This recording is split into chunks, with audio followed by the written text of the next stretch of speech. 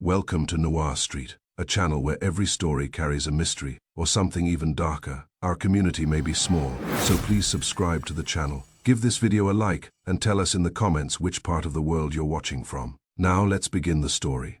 Chapter 1. Glass on the carpet if you want a private detective to be cheerful in February. You either pay him enough to buy Florida, or you wait until April. It was February. It was New York, and I had just got the house settled into its proper rhythm. Wolfe fed, orchids tended. The morning mail sorted into piles that matched Wolfe's notions of importance. When the doorbell rang at 10 minutes past 9, which was already a discourtesy because it came after breakfast, and before Wolfe's chosen hour for thinking, I was in the front room with the paper, and Wolfe was in his office with his back to the world and his face to his own thoughts. When I heard the bell and then, a second later, another bell, and then the third bell in the sequence, which meant either someone with an urgent cause or someone who didn't know the rules and had started leaning. I got up and went to the hall. Fritz, having Fritz's advantages, quiet feet, and a sense for trouble, was already there, moving toward the door with a frown tucked under his white mustache. "Let me," I told him, and swung the door open. The man on the stoop wasn't dressed for leaning. He was dressed for a boardroom and a funeral at the same time. Dark coat, dark gloves, dark hat, and a face that looked like it had been ironed too hard.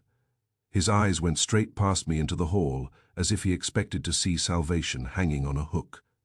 "Mr. Goodwin?" he asked. "That's me." "You're a little early for lunch. I need Mr. Wolfe at once." He said it like a rule in a handbook. "It is, there has been." "There has been a body," I said, "because when men like that show up in the morning, it's seldom because they've found religion."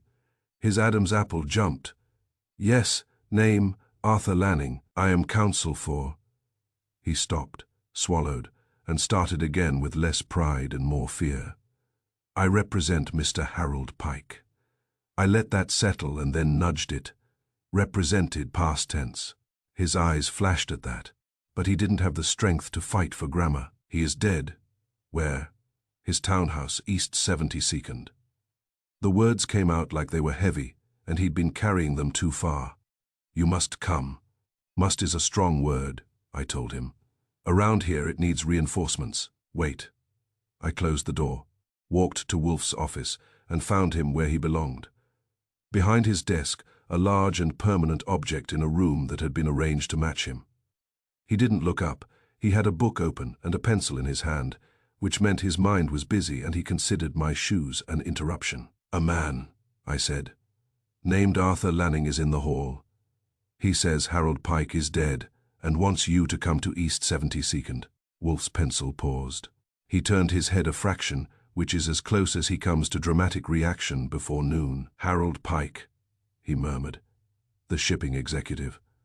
That's the one. Too much money. Too many enemies. Apparently now, too little breathing." Wolfe's lips tightened. "We are not policemen." "No," I said, "but we are professionals, and if his counsel is using must. Either Pike's got a complication, or the counsel is shaken enough to forget we have a schedule." Wolfe's eyes moved to the clock on the wall with the expression of a man checking a wound. "I have a schedule," he said, as if reminding the clock of its duties. "So do I said. "Mine involves rent and groceries. Want me to send him away?" Wolfe's gaze stayed on the clock an extra beat, then came back to me. "Bring him in," he said, and added, as if he could sweeten necessity by naming it briefly. I ushered Lanning into Wolfe's office and let him face the full effect. The big red leather chair, the big man behind the desk, and the big eyes that could make a witness feel like a specimen. "Mr. Wolfe," Lanning began, and then his voice snagged. "Harold Pike is dead. He was found. He was—" "Sit," Wolfe said. Lanning sat on the edge of the chair like it might explode. His hands clutched his hat, twisting the brim as if he hoped to wring out words. "Mr. Pike was in his sitting room," he said. There is a body on the rug. A snow globe was broken beside him. The police have been called." His voice broke, and he started again, forcing it. "I called you because Because Mr. Pike spoke of you, he said if anything happened to him, I should come to you. Did he specify why? Wolfe asked. Lanning stared. Because he was afraid. Of whom? Of Lanning's eyes flicked to me and then back to Wolfe, and I saw the thing that had hauled him up our steps. Not grief, calculation. A lawyer's instinct to pick the right lever. Of someone close, he said finally. Wolfe's brows rose, and I knew he was taking note. Someone and close is not a person, Wolfe said. It is an evasion. Lanning's jaw tightened. He had a board of directors.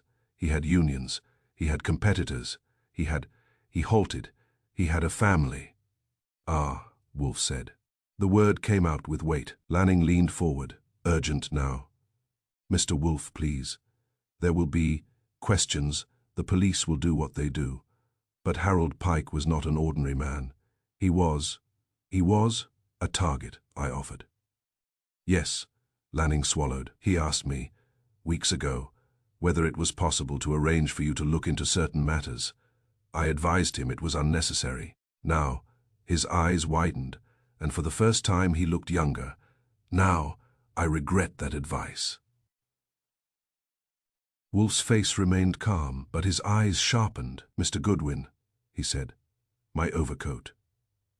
That was Wolfe's way of admitting the world had succeeded in forcing him out of his chair. I got his overcoat from the hall closet while Fritz, having understood without being told, went to prepare for Wolfe's departure with the resigned air of a man watching a storm. Wolfe does not like leaving the house in winter. He doesn't like leaving it in summer either, but in winter he acts as if the air itself is an insult. We rode downtown and then up again in Lanning's car, which smelled of new leather and old fear. The streets had that February look, grey slush shoved to the curb, people hunched into themselves, taxis cutting lanes with the impatience of hunger. Wolfe sat in the back with his arms folded, eyes half-lidded, conserving energy like a furnace banked for the night. When we reached East 72nd, the townhouse was the kind that announced itself with brick and brass and a sense of being inherited rather than earned. There was a uniformed doorman outside, his shoulders set like a barricade, and two men in plain clothes on the steps, one of whom was talking into a phone as if trying to intimidate the wires. Lanning hurried ahead, showed a card, spoke low. We were waved in. The smell hit me first. Heat, money, and something else. Faint but unmistakable, the iron tang that doesn't belong in a living room. The entryway was paneled, the carpet thick, and the quiet heavy in the way rich houses get when they're holding their breath. A woman stood near the bottom of the stairs in a robe that looked expensive even in shock. Her hair was dark and loose, her face pale and sharp, and her eyes were dry, which either meant she had already cried herself out or she hadn't started.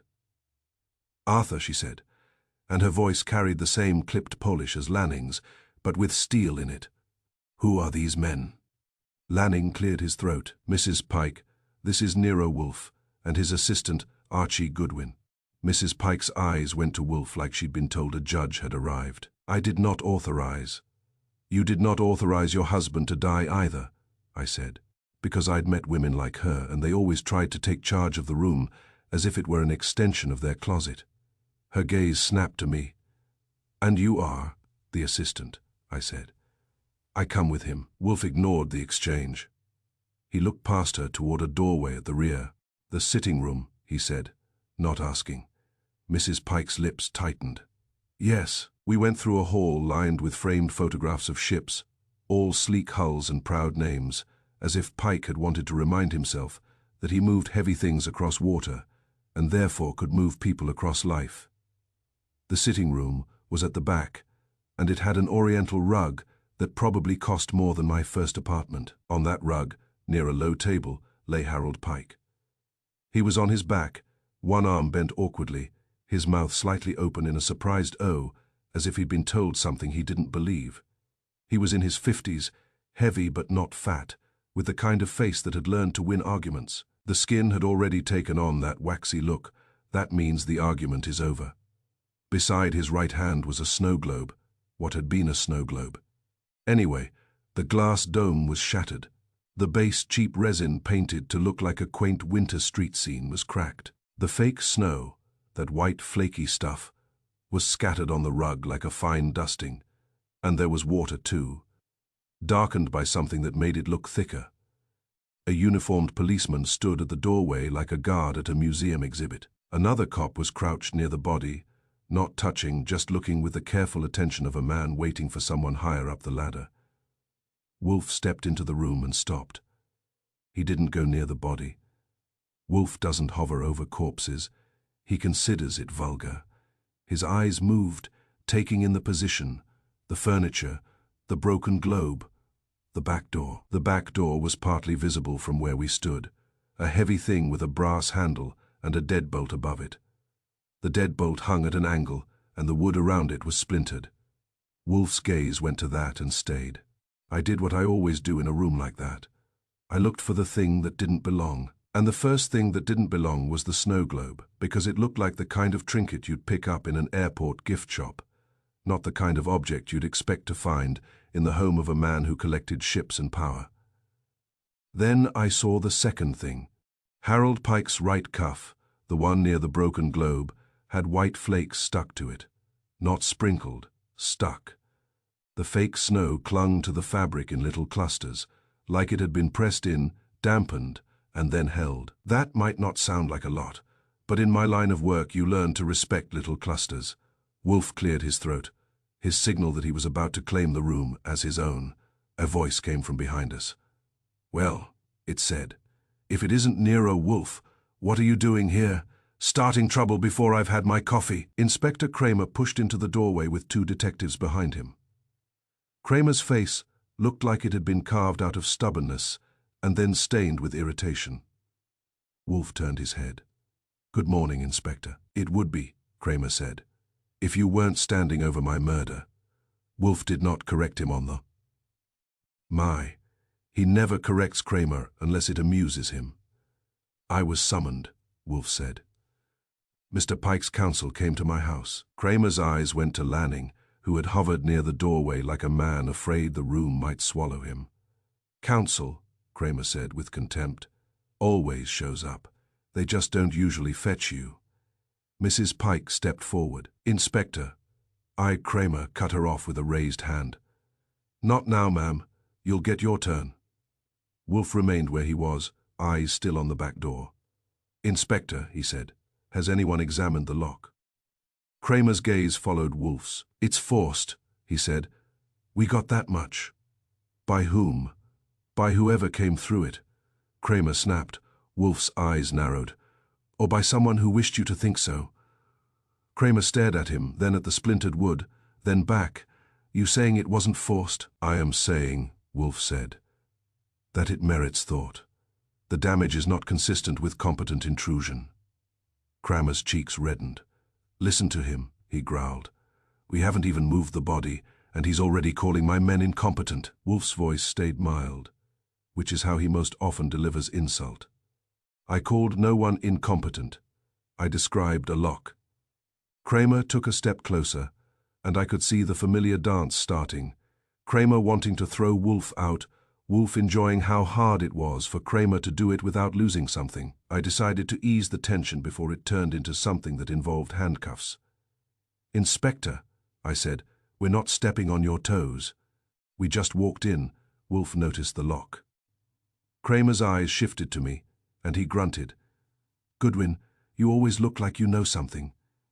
"Not always," I said. "Sometimes I just look like I've seen too many rugs ruined." One of the detectives, a thin man with a notebook, spoke up. "Inspector, the medical examiner's on the way. No gun, no obvious stab wound, possible poison, possible blunt trauma." Kramer's mouth twisted. "Possible everything," he said. He looked at Wolfe. "You got any possible theories?" Wolfe's eyes went back to the broken globe. "That object," he said, "is incongruous."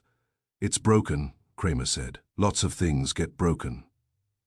"It is incongruous, even unbroken," Wolfe replied. Mr. Pike was not sentimental. Mrs. Pike's lips parted. It was a gift. Wolfe turned his eyes to her. "From whom?" She hesitated for the first time. "From my sister, for Harold's birthday," Kramer snorted. "A snow globe for a shipping king. Sure." Wolfe's gaze moved over Mrs. Pike's face as if reading a ledger. "Your sister's name?"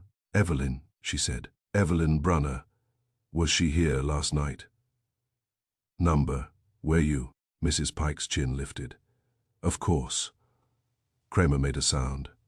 "We'll take statements, everybody." Wolfe looked at the cuff again, then at me. I knew what he wanted without him saying it. I crouched near the body, careful not to touch, just close enough to see properly. The cuff had the flakes pressed into the weave, and there was a faint sheen on them, like a sticky film. Fake snow from those globes is usually just plastic flakes and water, and it slides off cloth if it dries. This wasn't sliding, it was holding on. I lifted my eyes and caught Wolfe's. He gave a tiny nod, the kind that meant yes, you saw it too. Kramer watched me. "Don't touch," he barked. Though I hadn't. "I'm not," I said. "I'm admiring the decor." Kramer's eyes went to the snow globe. "That thing, it's trash." "Maybe," I said. "Or maybe it's the kind of trash that talks." One of the plainclothes detectives bent down, careful, and peered at the shattered globe. "There's something mixed in with the water," he said. "It's thicker." "Blood?" Kramer asked. "Not sure." Wolfe spoke, still calm. Inspector observed the victim's cuff. The flakes adhere unnaturally. Kramer frowned. He crouched with more effort than grace and looked. "So," Wolfe said, "the contents of that globe are not merely water and plastic. There is an adhesive element that suggests preparation." Kramer straightened and glared. "Preparation for what?" "To leave a trace," Wolfe said, "or to remove one." Kramer stared, then shook his head. "You're already making it complicated." "That," Wolfe said, "is because it is complicated."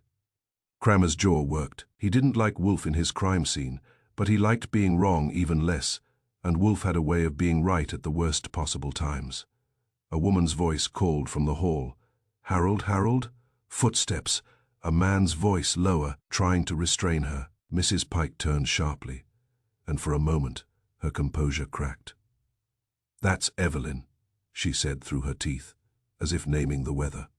A woman swept into the sitting room like she owned it, which perhaps she did in spirit if not on paper. She was in her late 30s, blonde, dressed too well for mourning, and her eyes went straight to the rug and then to the snow globe. Her hand flew to her mouth. Oh my God. She did not run to the body. She did not collapse. She stared at the globe. Then she looked up and saw Mrs. Pike. "Lila," she breathed, and the word held something sharp. Mrs. Pike's voice was cold. "Evelyn." Kramer stepped between them like a referee who had seen enough family matches to know they never end clean. "Ma'am," he said to Evelyn, "I'm Inspector Kramer. You'll wait in the next room." Evelyn's eyes flicked to Wolfe, then to me. "Who are they?" "Private citizens," Kramer growled. "Who ought to go home." Wolfe's eyes remained on Evelyn. "Mrs. Brunner," he said. And it was not a question. Evelyn blinked. "Yes." Wolfe nodded once, as if confirming a piece in place. "Interesting," he said. Kramer snapped. "What's interesting?" Wolfe didn't answer him. He looked at the back door again, then the globe, then the cuff. "Mr. Goodwin," he said, "we will return home." Kramer's face darkened. "Like hell you will. You'll stay where I can see you." Wolfe turned to him. "Inspector, I have no intention of obstructing you. I have merely recognized that the essential questions will not be answered by standing on a rug." Kramer opened his mouth, then shut it, because he didn't have a good argument against that. He made a chopping motion. "Fine, go, but don't you start calling people and stirring them up." Wolfe's eyes were bland. "Inspector, if I stir anyone, it will be with their consent." Kramer muttered something that I decided not to repeat for the sake of the furniture, and we left the sitting room. In the hall, Lanning caught up to us. "Pale, Mr. Wolfe, will you?" Wolfe stopped and faced him. "Mr. Lanning, if Mr. Pike indeed asked you to consult me in the event of his death, then you will bring me whatever he prepared. Papers, notes, correspondence, anything." Lanning nodded quickly. Yes. There is a safe in his study. I have the combination. You will also, Wolfe continued, provide me with a list of all persons who had access to this house in the last 48 hours. Staff, family, guests, workmen. Yes, Lanning said, and his voice steadied a fraction, grateful to have tasks.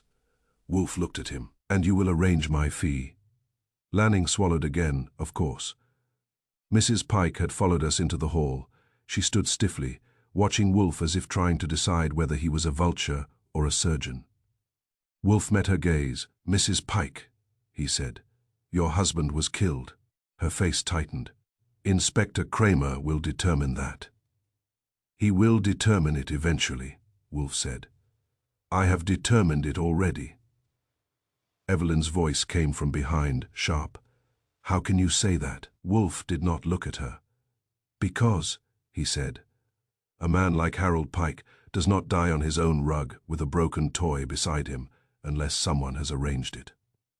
I followed Wolfe out into the cold, where the wind took a bite out of my ears the moment we hit the stoop. Lanning's car was waiting, and we climbed in.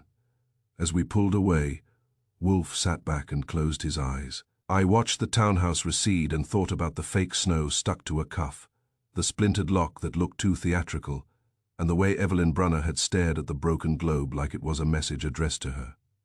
When Wolfe opened his eyes again, he didn't look at me. He looked through the window at the grey smear of the city. Archie, he said, that snow globe is not a trifle. It is a device. For what? I asked. To indicate, Wolfe said, that someone wished to make the scene appear simple, forced entry, random violence, a theft gone wrong, and you don't buy it. I do not buy anything, Wolfe said. I deduce. I grinned, because that was Wolfe at his purest, proud, methodical, and already annoyed at the world for being messy. All right, I said. Then what do you deduce from the cuff? Wolfe's mouth tightened. That the globe's contents were altered, adhesive, perhaps to transfer a substance, perhaps to remove one. In any case, it was not accidental. And the lock. Wolfe's eyes narrowed. A performance. A misdirection. A man who forces a lock and then kills quietly in the sitting room is either incompetent or staging. Mr. Pike's killer was not incompetent. The car turned onto a slushy avenue, and the city went by in its winter mood. People rushing, horns complaining, steam rising from grates like sighs. I leaned back and let my mind run ahead, because that's what you do when you've worked for Nero Wolfe long enough. You learn to jog beside his thoughts and try not to trip. We had a dead shipping executive on a rich rug, a broken snow globe that didn't belong, a forced lock that looked too neat, and a family that spoke each other's names like weapons. Back at the brownstone, Fritz met us with a look that said he'd forgive murder sooner than schedule disruption, and Wolfe went straight to his office as if it were a fortress. I followed him in, already reaching for my notebook. Wolfe settled behind his desk, adjusted his position with the care of a man arranging an empire, and looked at me. Mr. Goodwin, he said, we shall proceed. Proceed how? I asked. Wolfe's eyes were steady. First, we will learn what Harold Pike feared, and why he chose that childish object to carry his fear. Then, we will compel the truth to present itself. Compel, I said. That sounds like work. It is, Wolfe replied. And you will do much of it. I smiled, because if Wolfe had said anything else, I would have worried. Outside, New York stayed grey and cold and indifferent inside. Chapter 2, a keepsake that doesn't belong. By the time Wolfe had reclaimed his chair, and Fritz had reclaimed his kitchen, the house was back in balance. Except for the fact that balance in our line is usually what you call the moment right before someone tips over. Wolfe sat behind his desk with his fingertips joined, staring at nothing in particular, which meant he was staring at everything important. I was in my chair with a notebook open, and the agreeable sensation of having something to do that didn't involve dying on an expensive rug. You will telephone Mr. Lanning, Wolfe said without looking at me. I was going to, I told him. I even brought the telephone with me. Wolfe's eyes moved toward me just enough to qualify as sarcasm. Tell him I require the contents of Mr. Pike's safe and his list of names. Tell him I will not proceed without them. Proceed, I said. We're already proceeding. We proceeded into a corpse. Wolfe ignored that, which is Wolfe's way of punishing you. Also, he added, tell him to bring the housekeeper. That perked me up. Now that's more like it. I'll tell him to bring the whole cast. We can number them and hand out parts. Wolfe's mouth tightened. Mr. Goodwin. All right. I reached for the phone. Housekeeper, safe contents, list of access, fee. The fee is understood, Wolfe said. It is always understood. I placed the call, got Lanning on the second try, and delivered Wolfe's demands. Lanning sounded as if he'd been trying to remember how lungs work. Yes, he said quickly. Yes, of course, I can be there within the hour. The housekeeper, Mrs. Tansey, I will bring her, and the papers, and the list. Bring a calm expression too, I advised. It improves reception. He didn't laugh. When I hung up, Wolfe was already opening his desk drawer, not for a gun or a warrant. Wolfe doesn't keep either, but for a small pad of paper on which he wrote a few lines in his neat, economical script. What's that? I asked. A question, he said. It looks like several. They are one question, Wolfe replied, only phrased properly. I decided not to ask what that meant, because the answer would have included an explanation of the universe and my shortcomings. Instead, I pulled the broken base of the snow globe from my coat pocket and put it on my side of Wolfe's desk, where it looked even cheaper against the polished wood. Wolfe glanced at it as if I had set down a used napkin. Decoration, he said. Decoration that was smashed next to a dead man, I pointed out. It was smashed, Wolfe said, because the scene required smashing. Sentimentality is a poor motive for murder. Archie, it is also a poor substitute for thought. I'm not saying it's a motive. I'm saying it's a prop. Props can have fingerprints. Wolfe sniffed. You are determined to imbue trash with significance. On Riddle Street, I said. Trash often talks louder than people. Wolfe's eyes lifted to mine. Riddle Street, he said, as if he were tasting the phrase, and finding it inferior to real food. Your street names are as melodramatic as your opinions. It's a real street, I said. Just not the kind they put on tourist maps. Wolfe waved a hand faintly, dismissing both. Put it away. In a minute, I said, because I had already done the thing. I shook the base gently. It made a small, stubborn click. I froze, and Wolfe's gaze sharpened despite himself. I shook it again more carefully. Another click, not the rattle of loose plastic, but a deliberate sound, like a latch meeting, a notch. Wolfe's eyes narrowed. Give me that. I slid it across to him. He held it between thumb and forefinger, as if it might contaminate his dignity. He turned it over, examined the underside, and found the felt pad that covered the base. The pad wasn't felt anymore. It had gotten damp and stiff from the broken globe's water. Wolfe's nostrils flared once. Glue, he said, or something like it, I agreed. Sticky snow. Wolfe didn't respond. He pressed a fingernail against the edge of the pad. Stop, I said quickly. If that's hiding something, you'll tear it, and then we'll have to explain why we ruined evidence. Wolfe's eyes flashed. Evidence belongs to intelligence. Evidence belongs to Inspector Kramer, I said, and Kramer belongs to his temper. Wolfe's lips compressed into a line that meant I was being correct in an inconvenient way. He set the base down and looked at me. Very well, he said. You may ruin it later in the proper manner. That's generous. The bell rang again downstairs, and Fritz's voice drifted up.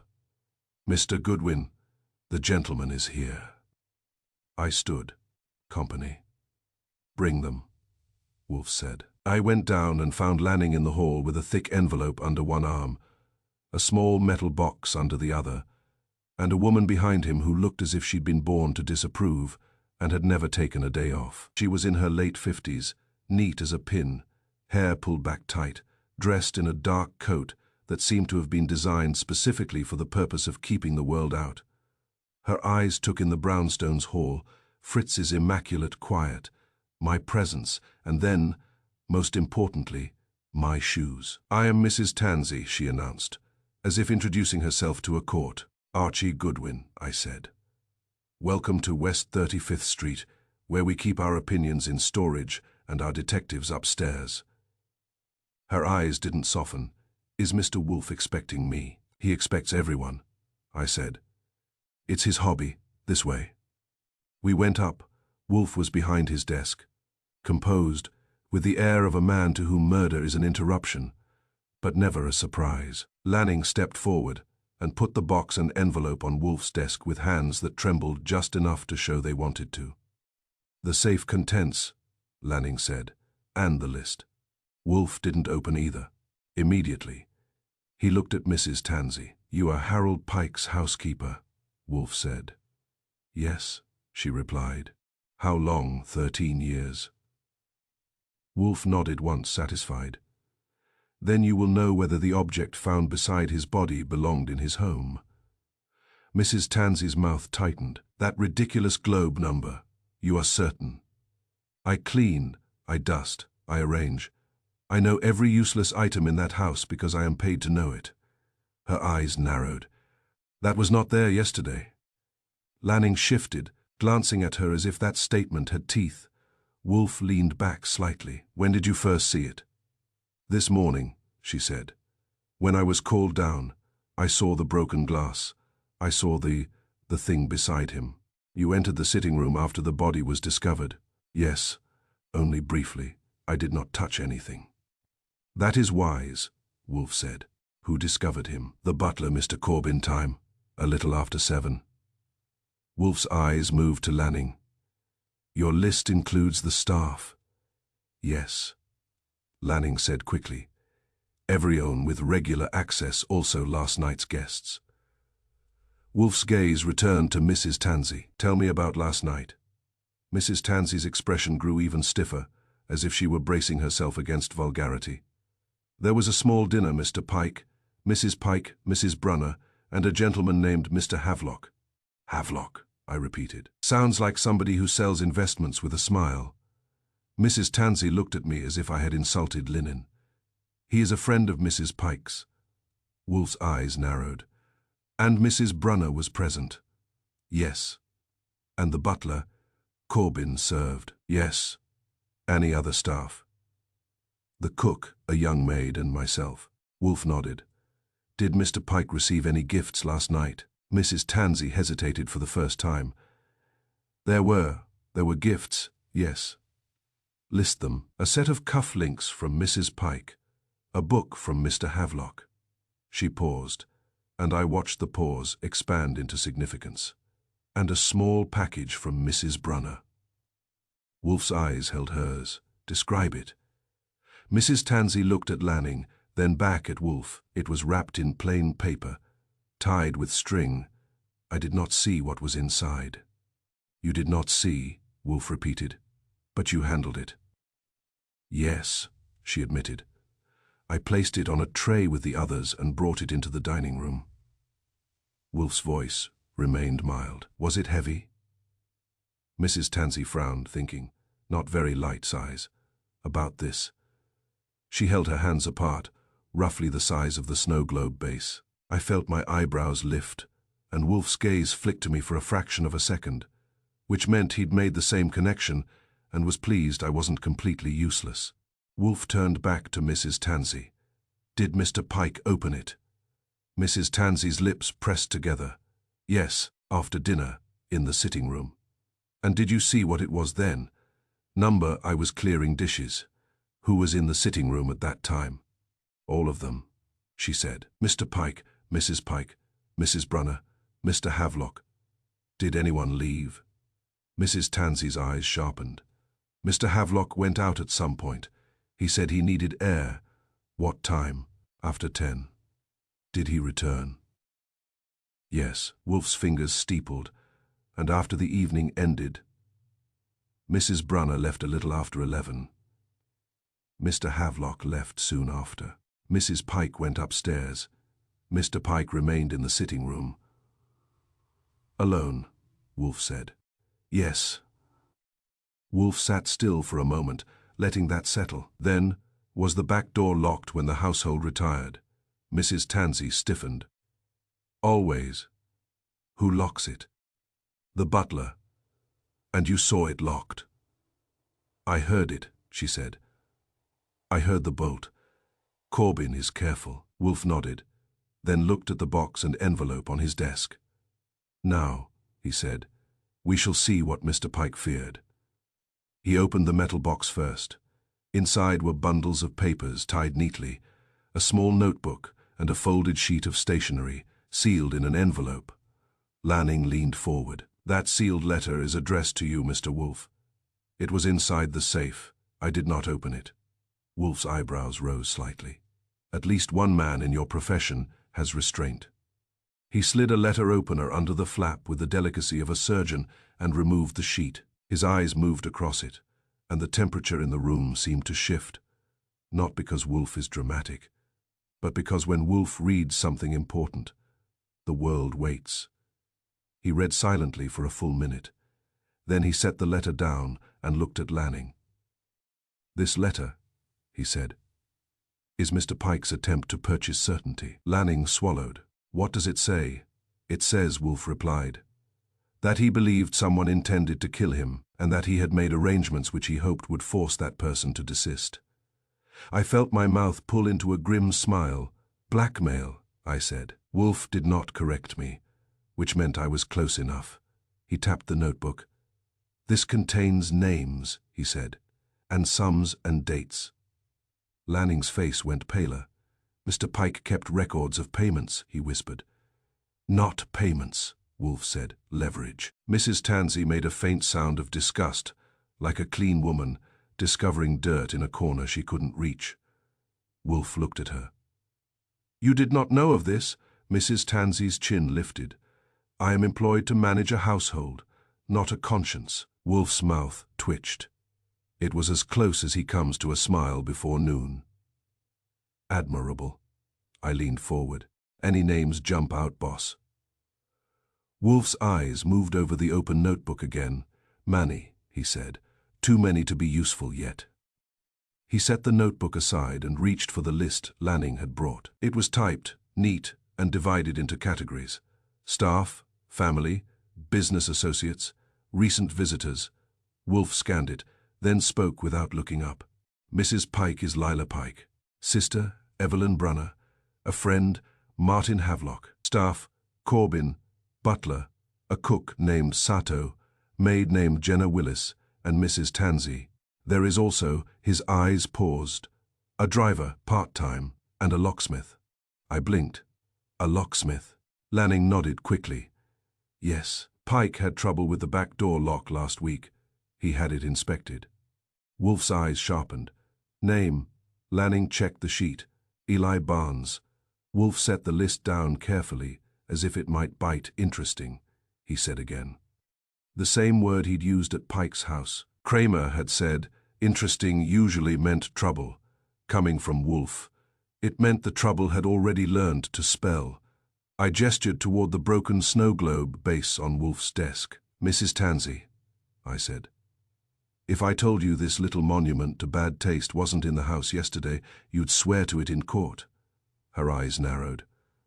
I would swear to it anywhere. Even if Mrs. Brunner gave your employer a gift about that size. She stiffened, then said grudgingly, Yes, but I never saw the gift itself, only the wrapping. Wolfe's gaze fixed on her. You are sure it was opened in the sitting room? Yes. And did Mr. Pike react to it? Mrs. Tansey hesitated, then answered carefully. He laughed. I blinked. Pike laughed at a gift. Yes, she said. It was not a happy laugh. Wolfe's eyes stayed on her, elaborate. Mrs. Tansey's mouth tightened. He said, That is clever, Evelyn. And then he said, She paused as if the words tasted unpleasant. You always did like souvenirs. I glanced at Wolfe. Souvenirs, snow globes, a cheap winter street scene beside a shipping executive's corpse. It was lining up, but not yet snapping into place. Wolfe turned to Lanning. Mr. Goodwin and I will need access to Mr. Pike's home, not for a tour, For inspection. Lanning nodded quickly. Of course, arrange it. Yes. Wolfe leaned back and looked at Mrs. Tansey again. You will remain available. Her chin lifted. I have work. You have information. Wolfe corrected. That work will wait. Mrs. Tansey's lips pressed together, but she did not argue. People argue with Wolfe only when they have energy to waste. Lanning looked as if he wanted to escape the room and the subject at the same time. Mr. Wolfe, he said, what do you think happened? Wolfe's eyes shifted to the snow globe base. I think, he said, that someone presented a gift that did not belong, and then someone staged a forced entry that did not occur. And the motive? Lanning asked, voice tight.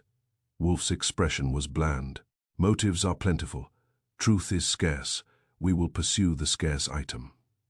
After they left, Wolfe sat still for a moment, staring at the base as if it had offended him personally by existing. Well, I said. Decoration, Wolfe sighed. Possibly. I grinned. That's progress. Yesterday it was decoration, today it's possibly decoration, tomorrow it will be the hinge on which your whole magnificent brain turns. Wolfe gave me a look that suggested my magnificence ranking was low. You heard the click, he said. If you are determined to fraternize with refuse, at least do it effectively. Yes, sir, I said, and picked up the base again. I turned it over. The felt pad was glued on, but the edge was already lifting slightly, probably from the damp. I could have pried it right there, but I could also picture Kramer's face and the handcuffs he would have enjoyed using. So I did the next best thing. I listened. I held the base near my ear and tilted it. The click came again, followed by a faint slide, like something small shifting in a channel. I looked at Wolfe. There's something inside, not just a weight. Wolfe's eyes narrowed. Then we will open it properly. Properly, I echoed. Meaning what? With a surgeon, a jeweler, a confession. Wolfe's mouth tightened. Meaning without clumsiness, and without giving the police a reason to remove you from circulation. I stood. Then I'll take it to Riddle Street. Wolfe raised an eyebrow. Your imaginary street again.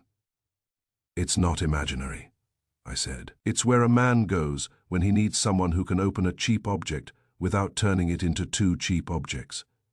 Wolfe watched me a moment, then nodded once. Very well, go, and return before lunch. Which lunch? I asked. Your lunch, my lunch, or the lunch the police will serve me if I get caught. Wolfe ignored that. Which was fair, and Archie, he said as I reached the door. Yeah, do not be sentimental, Wolfe said. I grinned. Boss, if I ever get sentimental about a snow globe, you'll know I've been hit on the head.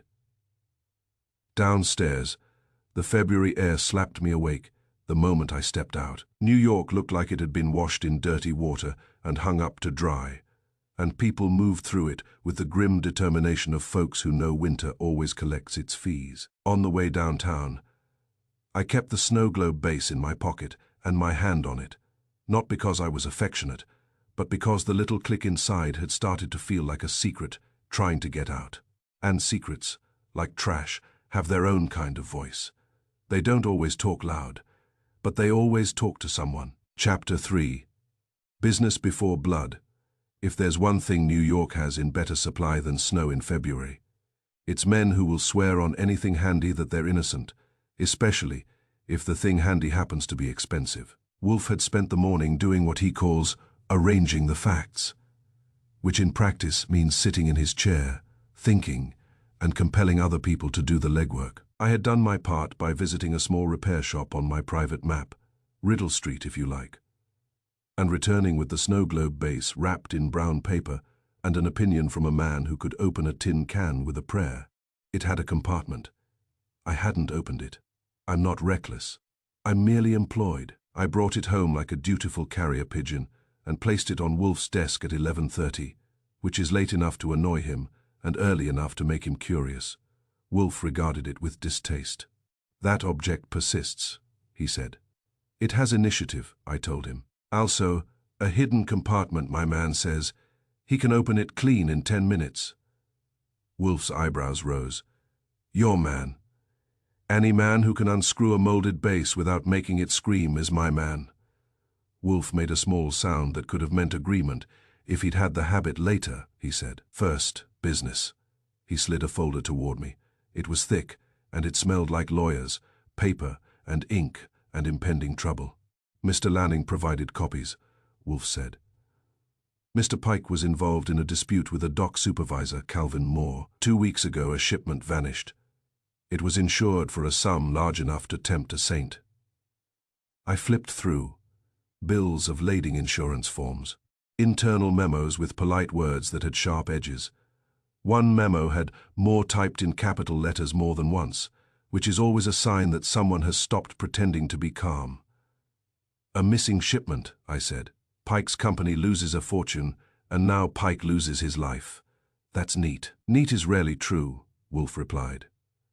The dispute is relevant because it provides motive, opportunity, and a man whose position grants access. Access to a snow globe, I asked. Wolfe's eyes narrowed. Access to Mr. Pike, and to his house, indirectly, through knowledge of schedules and security. Do not be frivolous. Boss, I said. I can be frivolous and useful at the same time. It's my brand. Wolfe ignored the brand. Telephone Mr. Lanning. Tell him we require Mr. Moore here, immediately. I called. Lanning answered on the first ring, sounding as if he'd been waiting beside the telephone, like a man guarding a bomb. Moore? He said when I told him. Yes, I know where to reach him. He's been calling me demanding. Tell him Nero Wolfe wants to hear him. I said. That should either attract him or make him run, and both are informative. An hour later, Calvin Moore arrived in our front room, escorted by Lanning and wearing a coat that looked like it had spent its life in close quarters with warehouses. He was in his mid-40s, broad-shouldered, with a long face that had been weathered by wind and suspicion.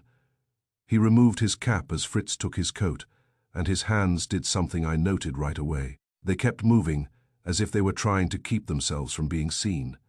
That's not a poetic observation. That's practical. A man's hands will betray what his mouth tries to protect. Wolfe, of course, didn't keep him in the front room. Wolfe brought him into the office where Wolfe can control the air. Moore sat in the red leather chair across from Wolfe's desk and looked uncomfortable, not with the chair but with the room. Some men react to Wolfe's office the way a mouse reacts to a cat. Instinctively, Wolfe began with civility, which is his way of sharpening the knife. Mr. Moore, Wolfe said, you supervise docks for Pike Maritime Logistics. I did, Moore said, and his voice was rough, like it had been scraped. Before they hauled me in like I stole the Statue of Liberty.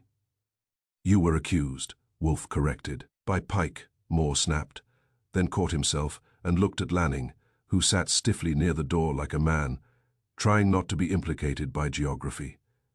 Wolfe's eyes stayed on Moore. 2 weeks ago, a shipment vanished.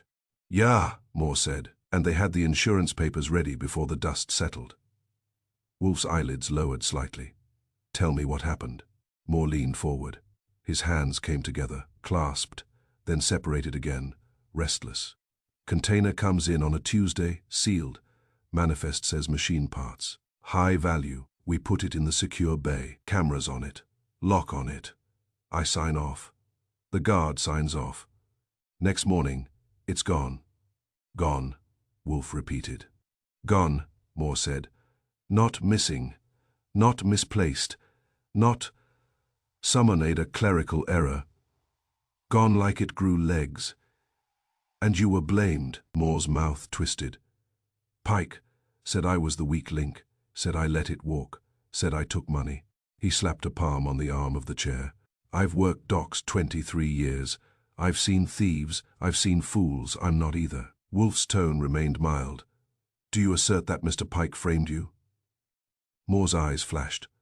I'm saying he needed someone to pin it on, because if it wasn't me, it was him. Lanning stiffened. That's... Wolfe lifted a hand. Mr. Lanning, silence. Your client is dead. Your duty is to the truth now. Lanning's mouth closed reluctantly. Wolfe looked back to Moore. Explain. Moore leaned in farther, as if he could force Wolfe to accept his reality by proximity. You think that shipment just vanishes without somebody high up being in on it? Pike ran that place like a kingdom. If something big disappeared, it disappeared because the king said so. Then he'd collect the insurance, or he'd move it somewhere else and sell it twice. He shook his head, and when questions started, he pointed at me. Wolfe's face gave nothing away. Did you confront him? I tried, Moore said. He wouldn't see me. His people wouldn't let me pass the lobby. Then Lanning calls, says there's an investigation, says I should cooperate. He spat the word, like it tasted bad. Cooperate, like I'm supposed to help them hang me. Wolfe's fingers touched lightly, forming a steeple. Where were you last night between 10 and midnight? Moore blinked, then scowled. You think I killed him? I think nothing, Wolfe said. I inquire, answer. Moore's jaw worked. Home, in Queens, with my wife and my boy. You can ask them, or ask my neighbor. He was banging on my door because his dog got loose. Wolfe nodded as if that was a small item placed on a shelf for later. And 2 weeks ago, Wolfe went on, when the shipment vanished, who had access to the secure bay? Moore exhaled, annoyed at being asked to name what he considered obvious. Me, my guard, 2 other supervisors. And Pike's security guy, Warren Kells. Kells, Wolfe repeated. Yeah, Moore said. Company man, smiles too much, carries a clipboard like it's a badge. Wolfe's eyes flicked to me, the way they do when he wants something recorded. I wrote Kells in my notebook and underlined it. Wolfe continued, smoothly. Was there any unusual activity around the bay that night? Moore's hands stopped moving for a second. Then they started again, faster. There was a delivery truck that shouldn't have been there.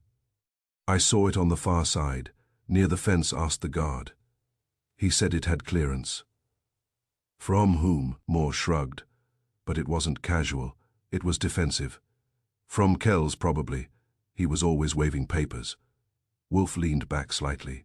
So you suspect Kells? Moore hesitated. I don't know what I suspect. I know I got blamed. I know I didn't do it. Wolfe let the silence sit for a moment, which is a technique he uses the way other men use a fist. Then he said, as if changing subjects, Mr. Pike died beside a broken snow globe. Moore's head jerked up, his eyes narrowed. What, a snow globe? Wolfe repeated calmly. A cheap keepsake. A winter street scene. It was shattered beside his hand. Moore stared, and then I saw it. His hands, they were shaking. Not with anger, not with cold. With something internal, surprise, fear, recognition. The fingers trembled as if they wanted to drop whatever they were holding, except they were holding nothing. Wolfe's gaze went to those hands and stayed there. Wolfe listens with his ears when it's polite, but he listens with his eyes when it matters. Moore swallowed. Were you telling me that? Because it is relevant, Wolfe said.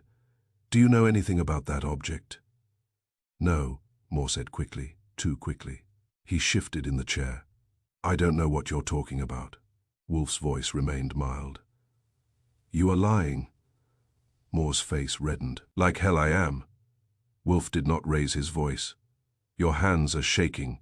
That indicates a reaction. Either you fear being implicated, or you recognize the object, or it evokes something you wish concealed. It's a snow globe, he said, and his voice cracked a little. People got snow globes, kids got snow globes. Indeed, Wolfe said, yet you react. Moore's eyes flicked to me, then to the door, then back to Wolfe. He looked like a man counting exits and finding none. What's this got to do with docks? Perhaps nothing, Wolfe said. Perhaps everything. Moore's jaw tightened. You think Pike got killed over some souvenir? I think, Wolfe replied, Mr. Pike was killed because he believed he could control men. Your dispute suggests he controlled by pressure and threat. The missing shipment suggests he controlled by deception. The snow globe suggests he controlled by. Wolfe paused, and his eyes narrowed faintly. Symbols. Moore licked his lips. I don't know about symbols. Wolfe held him with a steady look. Then allow me a simpler question. Have you ever seen a snow globe used as a message? Moore's shoulders stiffened. Number. Wolfe nodded, as if accepting the answer, and that's when I knew he didn't accept it at all. He turned his head slightly. Mr. Goodwin, please show Mr. Moore the base. I blinked at Wolfe here. Yes, Wolfe said. I opened the desk drawer where I'd tucked the base and set it on the blotter. Moore's eyes locked onto it with the intensity of a man spotting a snake on his porch.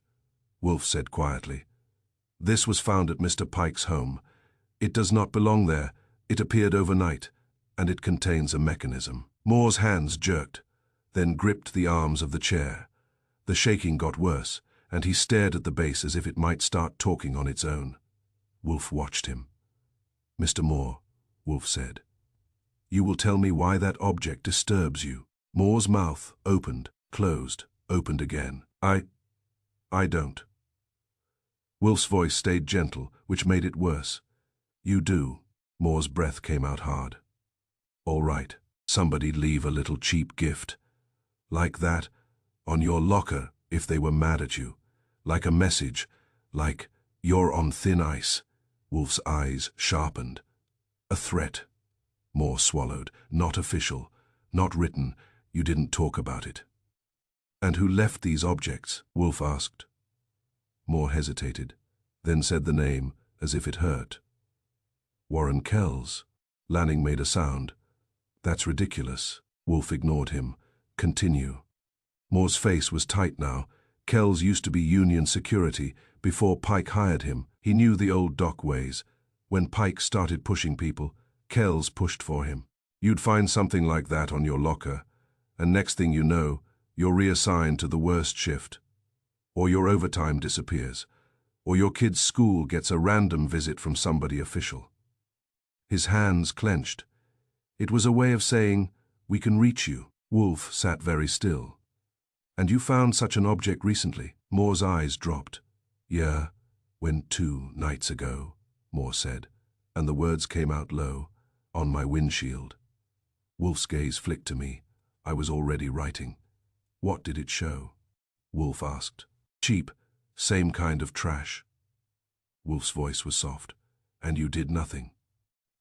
Moore's face twisted. What was I supposed to do? Go to the cops and say, "Somebody threatened me with a snow globe"? "You could have come to me sooner," Wolfe said. Moore stared at him. "I didn't know you existed." Wolfe made a small, dismissive motion. "A defect in your education." The click sounded in the quiet office like a cough in church. Moore flinched.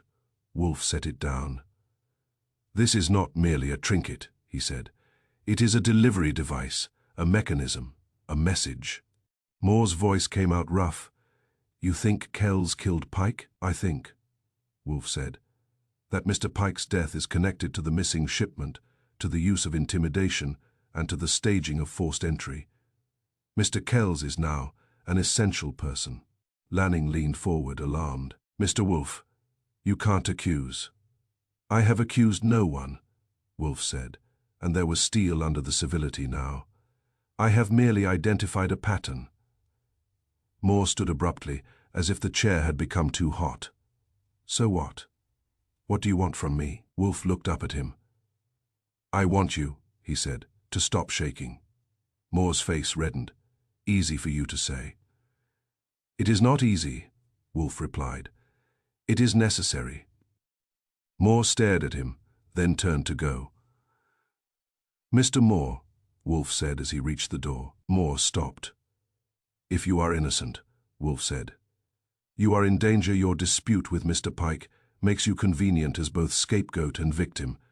If you receive any further keepsakes, you will bring them to Mr. Goodwin immediately." Moore hesitated, then nodded once, and left without another word. When the door closed, I exhaled. Well, that was lively. Wolfe's eyes were thoughtful. "Mr. Goodwin," he said. "Mr. Kells arranged intimidation through symbolism. That suggests he values psychological control, like Pike did," I said. "Precisely," Wolfe replied. "Which raises a question." "What question?" Wolfe's gaze went to the list of names again. If Mr. Pike employed such methods, he said, why would he tolerate a subordinate who used them independently? I frowned. Unless Pike didn't tolerate it. Unless Pike was planning to cut him loose. Wolfe nodded faintly. Or unless Mr. Kells decided that his own survival required Mr. Pike's silence. I tapped my notebook. So next step is Kells. Wolfe's mouth tightened. Yes, and also the missing shipment, the insurance, and the locksmith. He looked at me. The forced lock was staged. That means someone inside the circle wished the crime to appear external. Which points away from Moore, I said. Or points toward him as a planned decoy, Wolfe corrected. He leaned back and closed his eyes for a moment, thinking. Then he opened them and looked at the snow globe base as if it had personally offended his taste. Archie, he said, have your man open it today. I grinned. Now who's fraternizing with refuse? Wolfe's eyes narrowed. Do not be triumphant. Be useful. Yes, sir, I said, already reaching for my coat. Riddle Street is about to sing. Chapter 4. The shattered street, Riddle Street, isn't on most maps, and that's probably for the best. It runs 3 grey blocks along the river, wedged between warehouses that look like they were built to outlast governments and people who look like they expect to be forgotten by both. If New York has a memory, this is where it stores the parts it doesn't brag about. I took the subway down and finished on foot, because you don't learn anything useful sealed inside a train. The air down there had that river smell, cold water, old wood, rust, and something faintly sour that never quite leaves. Trucks idled, men shouted. Somewhere metal hit metal with a sound like an argument that had been going on too long. Harold Pike owned 3 warehouses on Riddle Street. That told you more about him than a biography ever could. He didn't need them for prestige. He needed them because things passed through there that were better off not stopping for inspections. I started with the middle one. It was brick, tall, scarred, and guarded by a man who had the look of someone paid to remember faces and forget names. I didn't bother him. Guards don't talk unless they're bored or bribed, and he didn't look either. Across the street was a bar that leaned inward, like it had learned a secret and didn't want to share it with the sidewalk. The sign said The Shattered Anchor, which struck me as honest advertising. I went inside. It was dim and narrow, with a long bar polished by generations of elbows and regrets. A television murmured sports. No one was watching. There were 4 men at the bar, and one behind it, wiping a glass with the expression of someone who had wiped that same glass through several economic cycles. I took a stool. Beer, I said. The bartender set one in front of me without asking what kind, which was fine. It tasted like beer and effort. I took a sip and looked around without staring, which is an acquired skill. One of the men glanced at me, decided I wasn't worth worrying about, and went back to his drink. Another stared a little longer, then shrugged. Riddle Street isn't curious, it's selective. He took another sip and said to the bartender, Harold Pike used to drink here. The bartender's hand paused on the glass. That was all, just a pause. Yours too, he said. Figured, I replied. Men like Pike don't go far for their habits. The bartender set the glass down. He didn't drink much. No, I said. He talked. The bartender's eyes flicked to me. You from the papers? Number, Polis. Number, he studied me for a moment, then shrugged. Then you're something worse. I work for a man who hates sentimentality, I said. That usually helps. The bartender snorted quietly. Yeah, Pike hated sentimentality too. Didn't stop him from collecting it when it suited him. That caught my attention. Collecting what? Reminders, the bartender said. He liked reminding people of things. I leaned my elbows on the bar. Like what? The bartender wiped the glass again, slower this time, like winter cargo. There it was. The phrase hit me the way certain words do when they've been waiting for you. I kept my face neutral, which took effort. Winter cargo, I repeated lightly. Sounds seasonal. The bartender's mouth tightened. Did to him too. That's how he said it. Like a joke. Like he was being clever. One of those jokes that doesn't make anyone laugh, I said. Exactly. The bartender leaned closer, lowering his voice even though no one else was listening. Couple weeks back. Pike was in here with one of the dock supervisors. Name was. He snapped his fingers. Moore, big guy. Hands like he could break a door in half. Calvin Moore, I said. That's him, the bartender nodded. They weren't friendly. Pike was smiling, Moore wasn't. What was Pike saying? I asked. The bartender grimaced. He said Moore was getting forgetful. Said he ought to remember what happened the last time. Winter cargo didn't reach shore. I felt a small, cold knot form behind my ribs. And Moore told him to go to hell, the bartender said.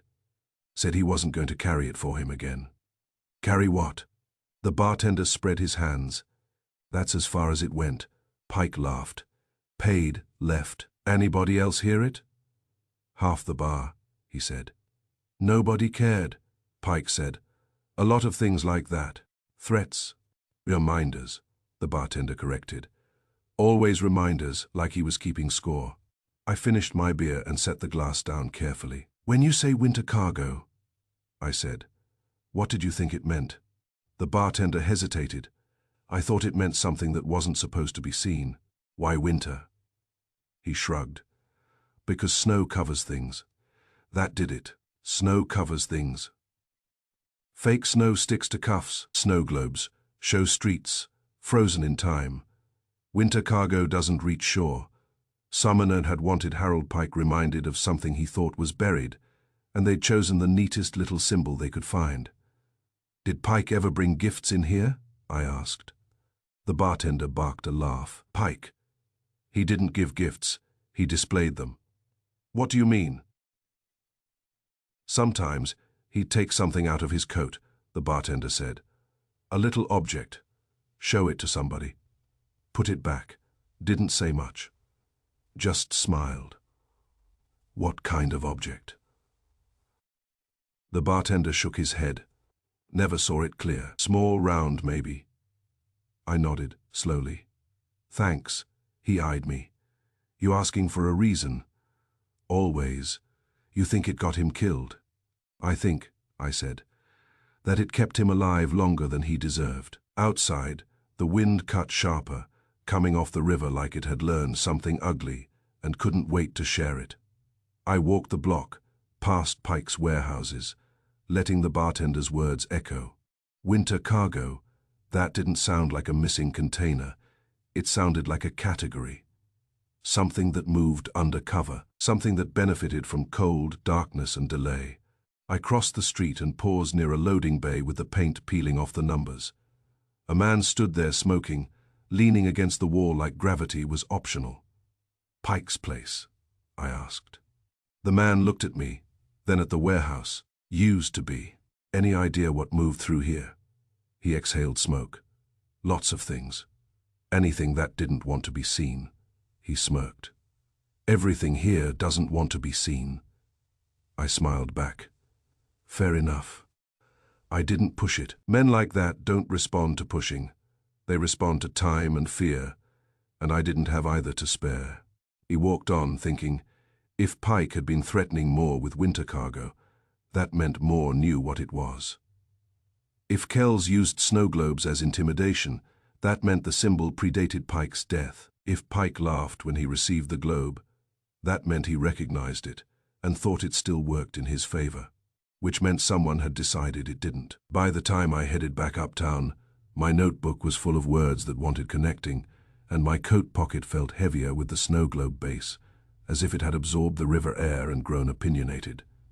Back at the brownstone, Wolfe was in his office exactly where he should be, looking exactly as if the world were an inconvenience he planned to correct. Riddle Street talks, I said, not loudly, but clearly. I told him about the bartender, about the argument, about winter cargo, about snow covering things. Wolfe's eyes narrowed incrementally with each detail, like a lens finding focus. When Mr. Pike laughed at the gift, Wolfe said slowly, he believed the reminder still served him. Right up until it didn't, I said. Wolfe nodded once. The snow globe was not merely a threat. It was a reversal. A what? A declaration, Wolfe said. that the past he controlled was no longer under his control. I sat back, which means whoever sent it wasn't improvising. No, Wolfe agreed. They were concluding. I took the snow globe base out and set it on his desk again. Then whatever's inside that thing, I said, is going to matter. Wolfe regarded it with distaste and intent.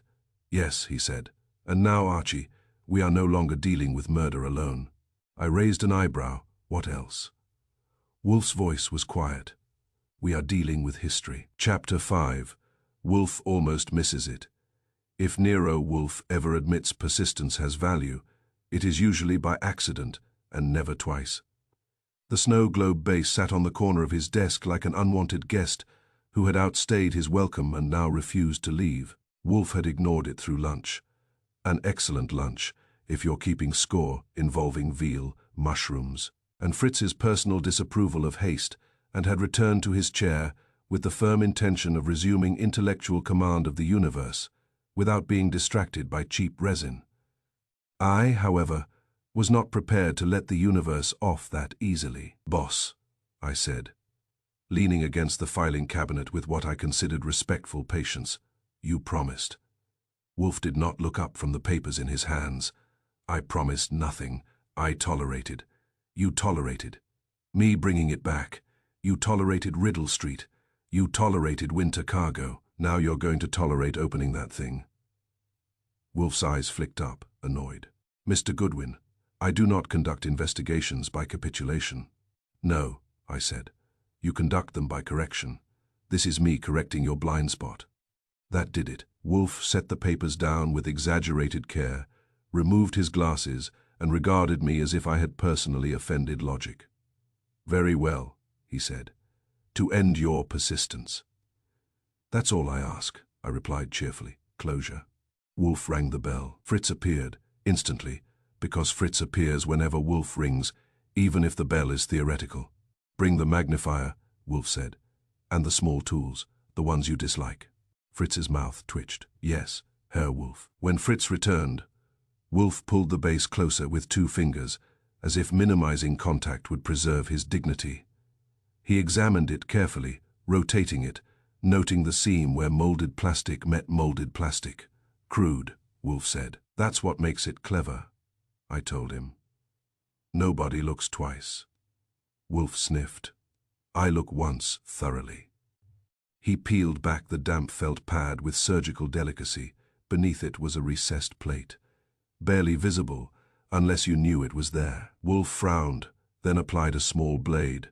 The plate came loose with a soft snap. Inside was not what either of us expected.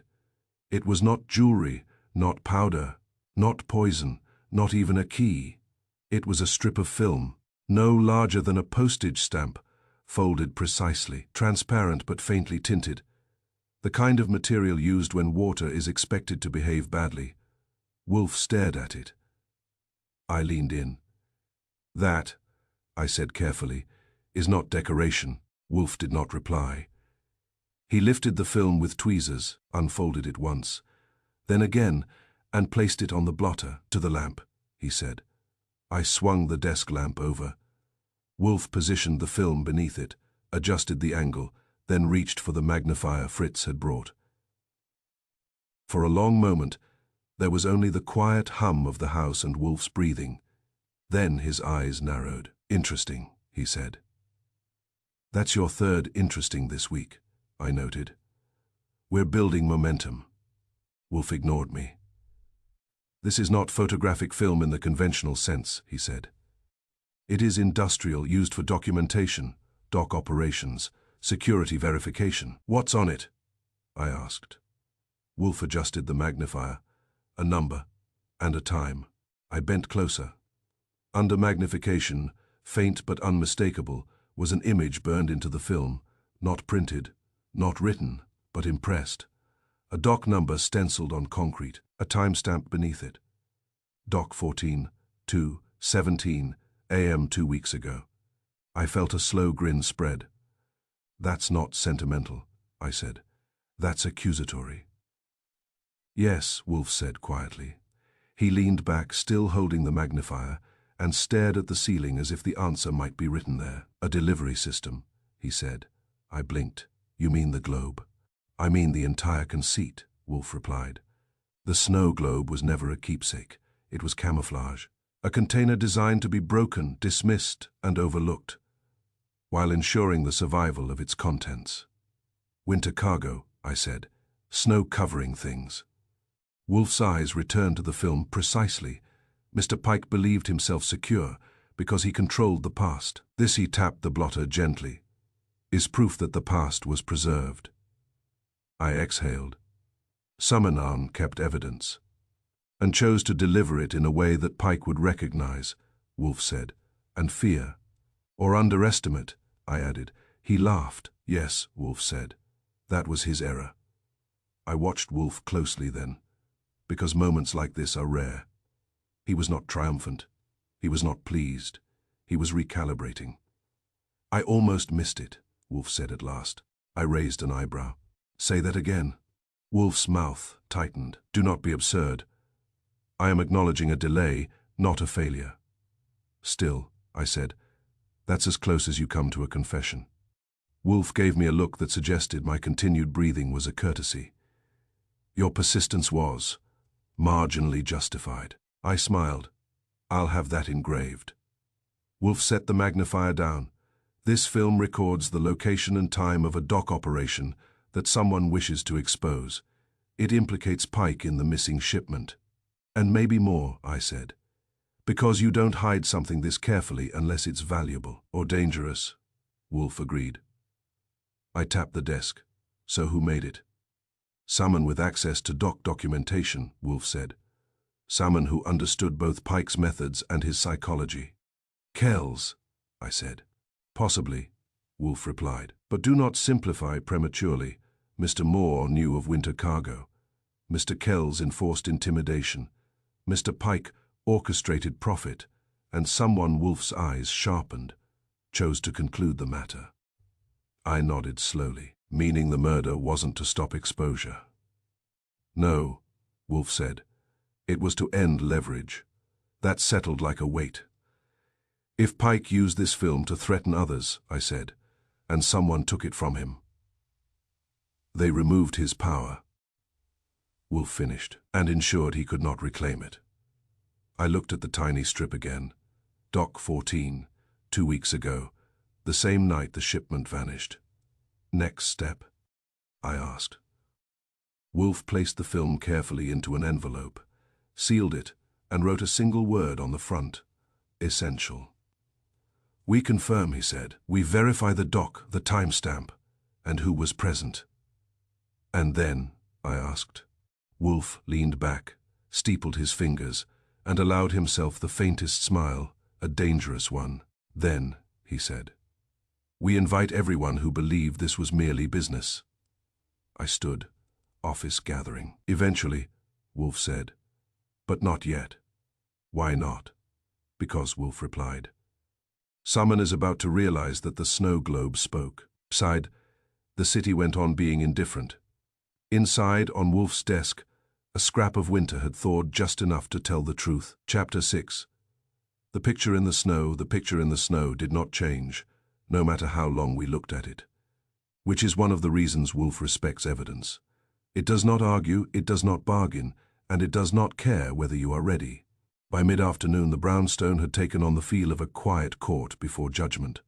Fritz moved softly. The phone rang twice and was silenced twice.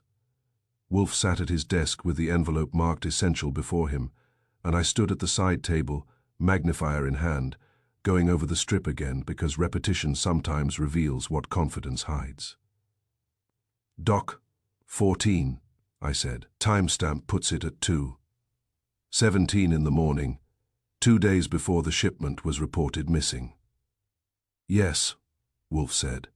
And that's Pike, I added, though it hardly needed saying. Even reduced to a ghostly image burned into industrial film.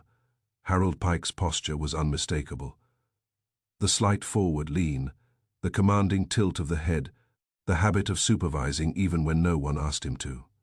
Yes, Wolfe repeated. The image was grainy but clear enough, and taken before the theft was officially reported. Pike stood near the edge of the dock, coat collar up, one hand raised in a directive gesture.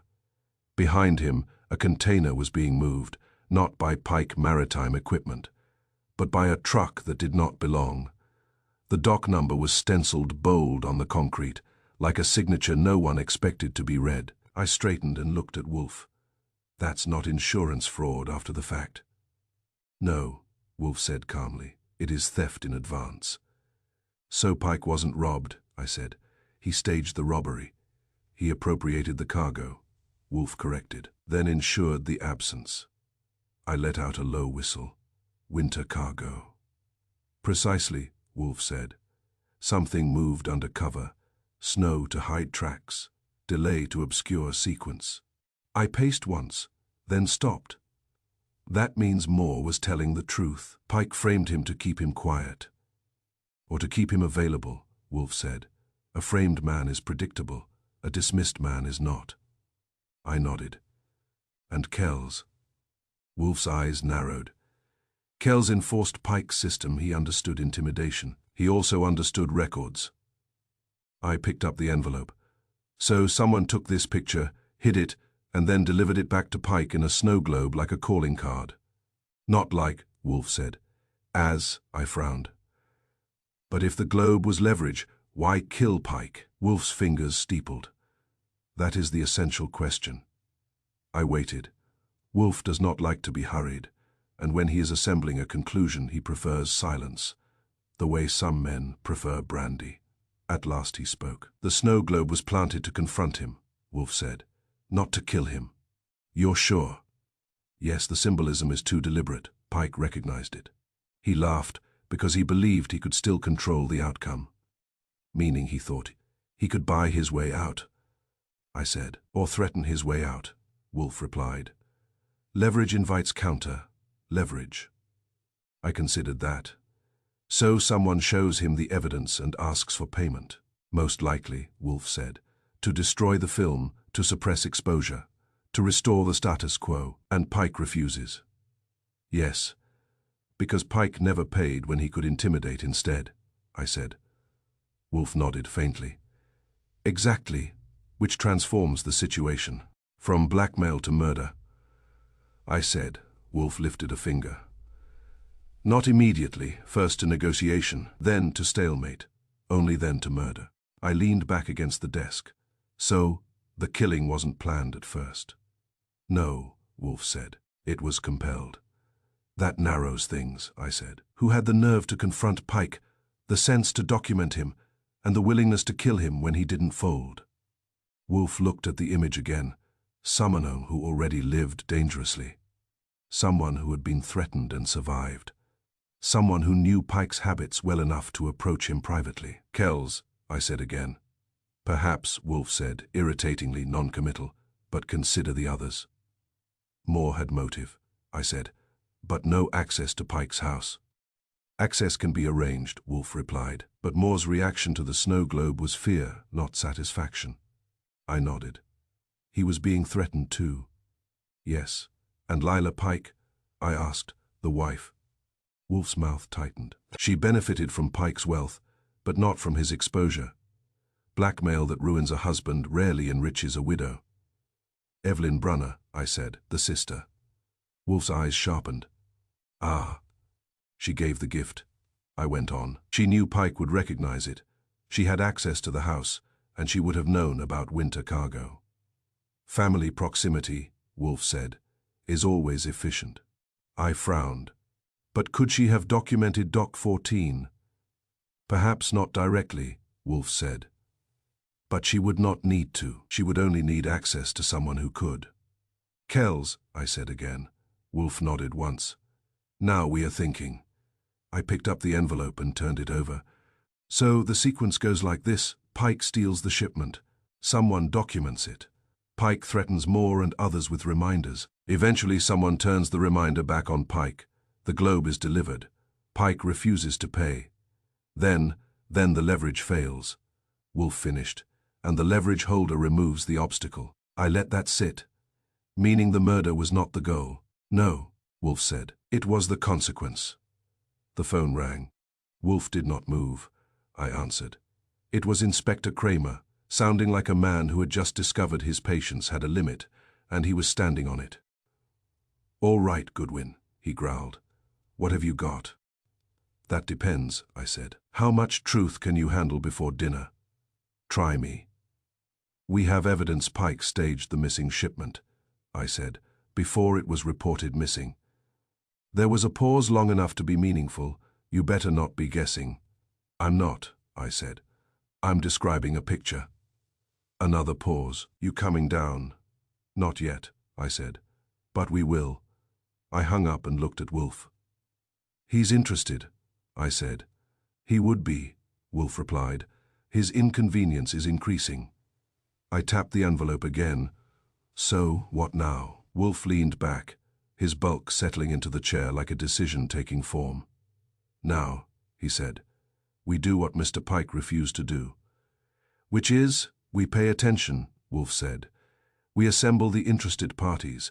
We allow them to believe the truth can still be controlled." "And then?" I asked. Wolfe's eyes hardened. "Then we show them the picture in the snow." I smiled slowly. "Office gathering." "Yes," Wolfe said. "Soon." Outside, February dragged on with its usual lack of apology. Inside the brownstone, winter had already given up one of its secrets, and Wolfe was preparing to demand the rest. Chapter 7. The Wrong Kind of Silence. Silence comes in varieties. There's the kind you get in Wolfe's office, when he's thinking and you've said something stupid. There's the kind Fritz prefers after dinner, and then there's the kind you find sitting in a parked car with the engine off, the windows fogged, and a man inside who isn't listening anymore.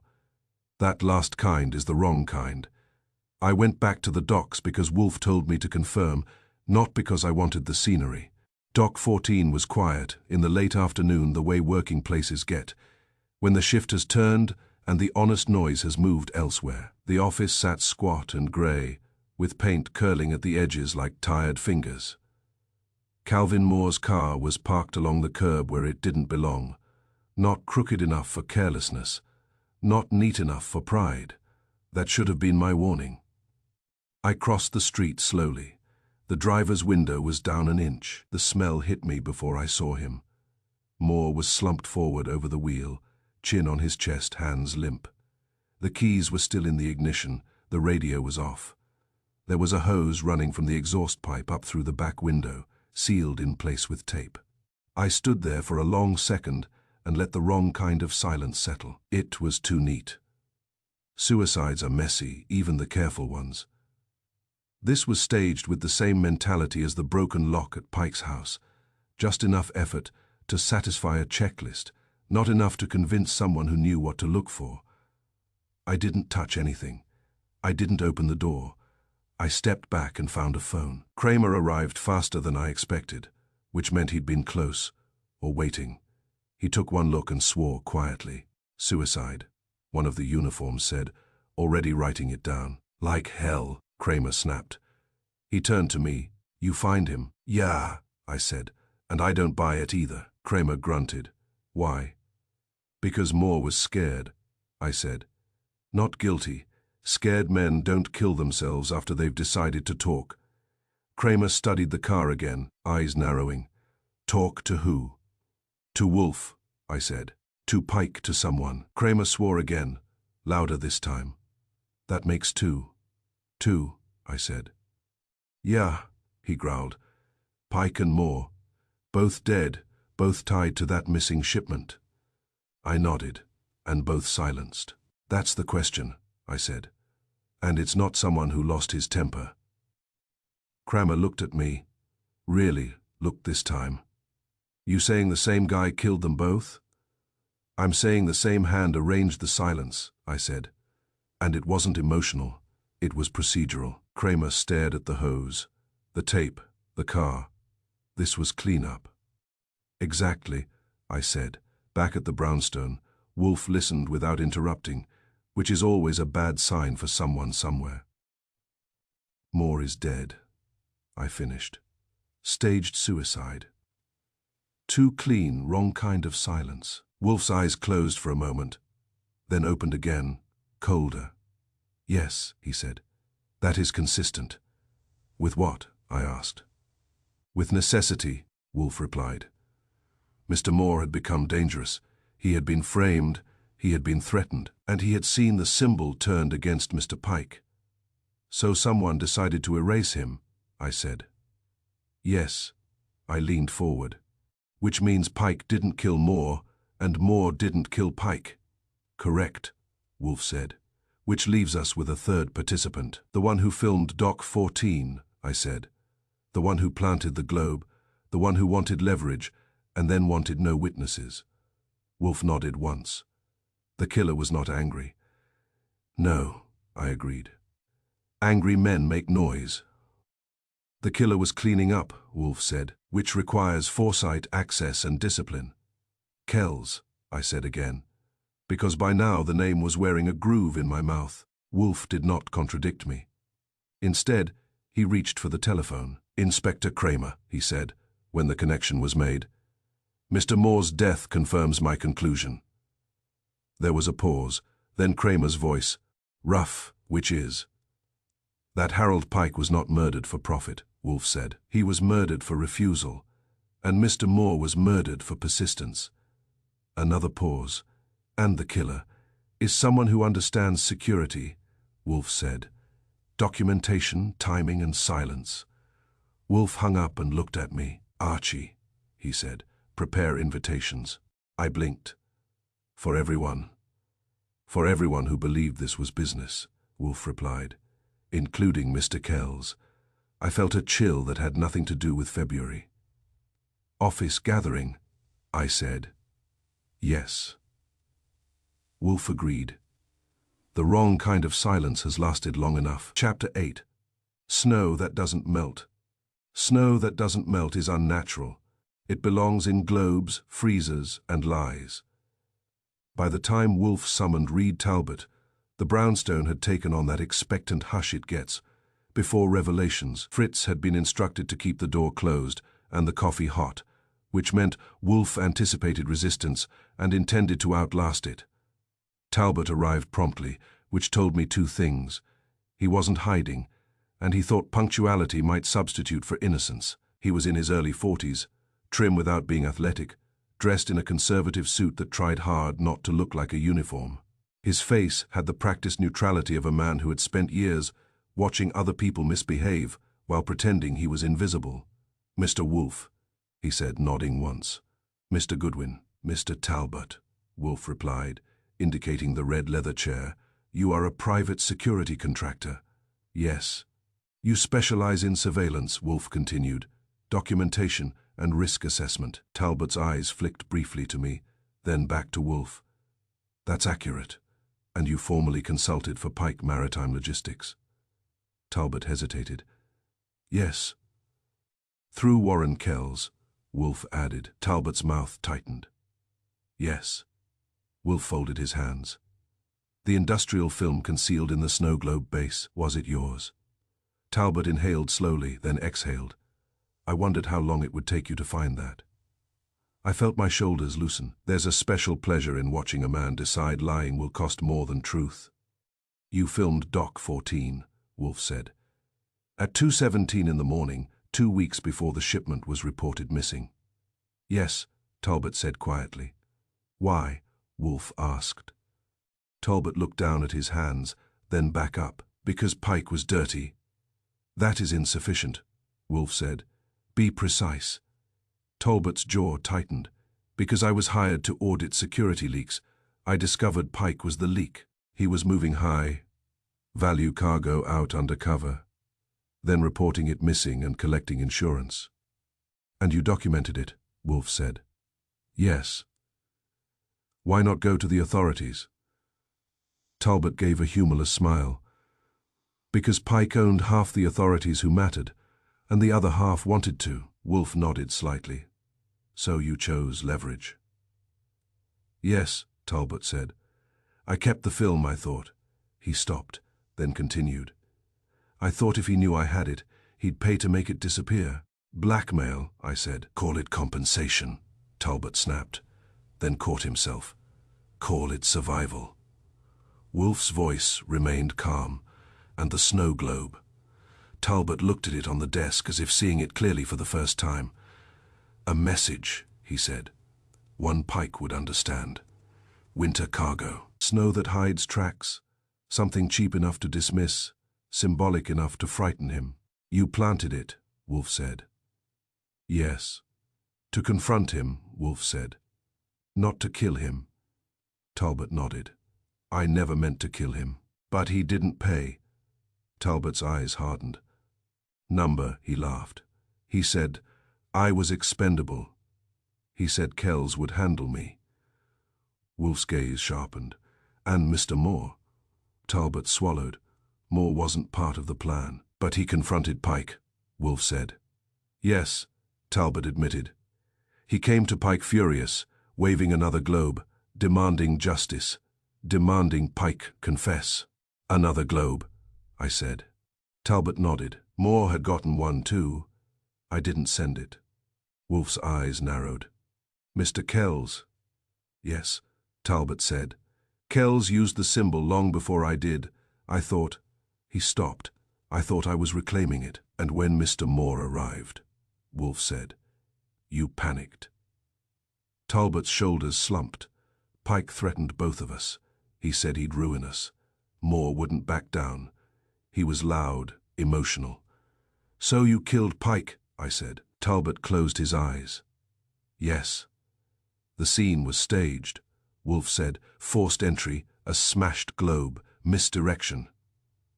"I needed time," Talbot said. "I thought it would end there." "But it didn't," Wolfe said. "Because Mr. Moore remained." Talbot's voice dropped. "Moore knew too much. And he was already marked. I thought—" He swallowed. "I thought making it look like suicide would spare his family questions." Wolfe's expression did not change. "You thought incorrectly." Talbot looked up, desperation flickering. "I didn't want this." Wolfe regarded him steadily. "Intention is irrelevant. Consequence is not." I leaned back, letting the confession settle into the room like frost. "So Kells?" I asked. Talbot shook his head. "Kells intimidated. He threatened, but he didn't kill Pike. He thought Pike was untouchable." Wolfe nodded. "Which is why he will be present shortly." Talbot stiffened. "Present." Wolfe reached for the telephone. "Inspector Kramer is already en route." Talbot's face went gray. "You set me up." "No," Wolfe said. "You concluded yourself." There was a knock at the door downstairs. Heavy and official, Wolfe looked at Talbot one last time. "Snow that doesn't melt," he said softly. "Preserves everything beneath it, including guilt." When Kramer came in with his men, Talbot did not resist. He sat very still, like a man who finally understood that silence had failed him. As they led him out, I glanced at the snow globe base on Wolfe's desk. Winter had done its work. And now, at last, it was over. Chapter 9. The globe breaks twice. The second time a snow globe breaks, it isn't an accident, it's a confirmation. Wolfe's office was arranged with its usual deliberate economy.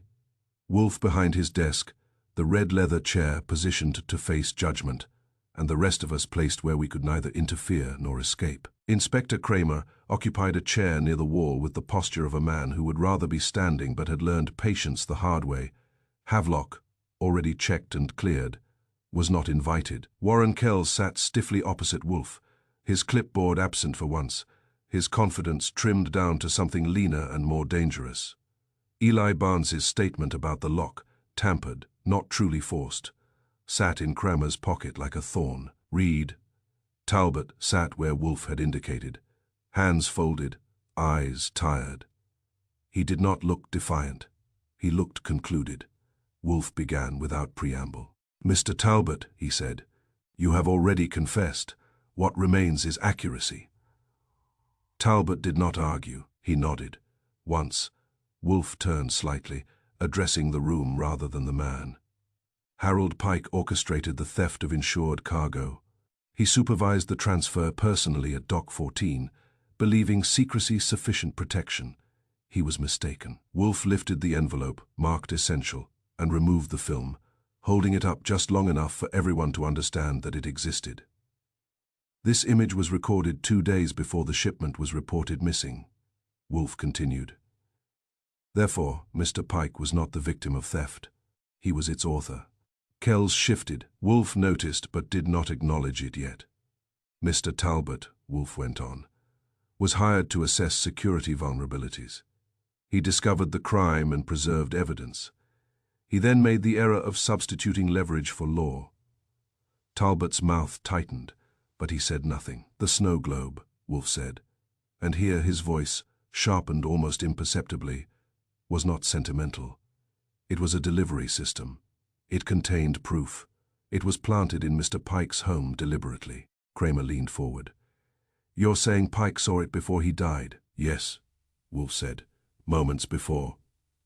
He turned to Talbot. You placed the globe where Mr. Pike would encounter it, privately.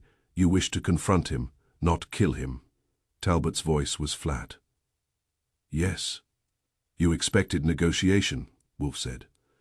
Payment, silence. Talbot nodded again. I thought he'd fold. He did not, Wolfe said, because Harold Pike did not pay when intimidation remained an option. Wolfe's gaze moved to Kells now. Mr. Kells had long used symbolic threats, snow globes among them, to control dock personnel. Mr. Pike believed himself immune to his own methods. Kells opened his mouth. Wolfe raised a finger. Do not speak, Wolfe said. You are not accused of murder, yet.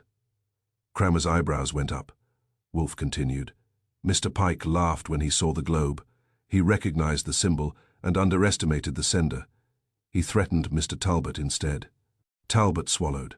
He said I'd disappear, which forced a decision, Wolfe said. Not premeditated murder, but panic. You killed Mr. Pike in the sitting room. You staged forced entry to suggest an external assailant. You broke the globe to complete the illusion. Talbot's voice came out dull. Yes, Wolfe nodded once. The globe broke the first time to deliver evidence. It broke the second time to disguise murder. No one spoke. Even Kramer was quiet now. And Mr. Moore, Wolfe said, turning the knife with precision. He confronted Mr. Pike independently, carrying the same symbol. He was loud, emotional, uncontrollable. Talbot's shoulders sagged. He wouldn't stop. So you silenced him, Wolfe said, not in anger, in fear. You staged his death as suicide, because you believed finality preferable to exposure. Talbot looked up, eyes empty. I was wrong. Yes, Wolfe said, you were. Kramer stood. That's enough for me. Talbot did not resist when the detectives moved in. As they guided him toward the door, he stopped once and looked back at Wolfe. I thought blackmail would be cleaner, he said quietly. Wolfe regarded him without warmth. Truth, Wolfe said, is always cleaner. It is merely less convenient. Talbot nodded once, as if accepting a belated lesson, and was led out. Kells sat frozen, breathing shallowly. Kramer turned to Wolfe. You holding anything back? Yes, Wolfe said, but nothing relevant to murder. Kramer grunted. That'll do. When the door closed and the house settled again, I exhaled slowly. Riddle Street, I said. Doesn't forgive amateurs. No, Wolfe agreed. Nor professionals who mistake control for safety. I glanced at the empty spot on the desk where the globe base had sat. Funny thing, I said. All that trouble over something that looks like junk. Wolfe leaned back, steepled his fingers, and allowed himself the faintest satisfaction. Objects, he said, are never trivial. Only people are. Outside. New York continued on, indifferent as ever. Inside the brownstone, the globe had finally broken enough to tell the whole truth. One chapter remained. Chapter 10. After the snow settles, sirens always sound louder when they are leaving than when they arrive. On the way in, they announce urgency. On the way out, they announce finality, and finality has weight. By the time the last one faded down West 35th Street, thinning into a distant complaint, and then nothing at all, the brownstone had resumed its proper proportions. The furniture sat where it belonged. The air had been reclaimed from official voices. Even the light through the windows seemed steadier, as if it approved of resolution. The case was over. That doesn't mean it vanished. It meant it had been reduced, distilled, you might say, into reports, evidence tags, sworn statements, and a name on a warrant. Harold Pike, who had spent his life arranging other people's fates with ledgers and leverage, had finally been arranged himself. Glass had been swept from a dead man's floor that mattered more than it sounded like it should. Wolfe sat behind his desk, settled deep into the red leather chair, with the air of a man returning to a throne that had never truly been vacant. His bulk filled the space the way it always had, authoritative and immovable. But there was a difference I could detect because I've spent years watching him from 6 feet away. He was irritated, not at the world, not at criminals, not even at the police, but at himself. That in Wolfe is rare enough to qualify as weather. Fritz moved quietly through the house, restoring order with soft footsteps and an expression of serene competence. He straightened a chair that didn't need straightening. He aligned a vase by a fraction of an inch. He closed doors gently, as if reassuring the house that disturbances were temporary and standards eternal.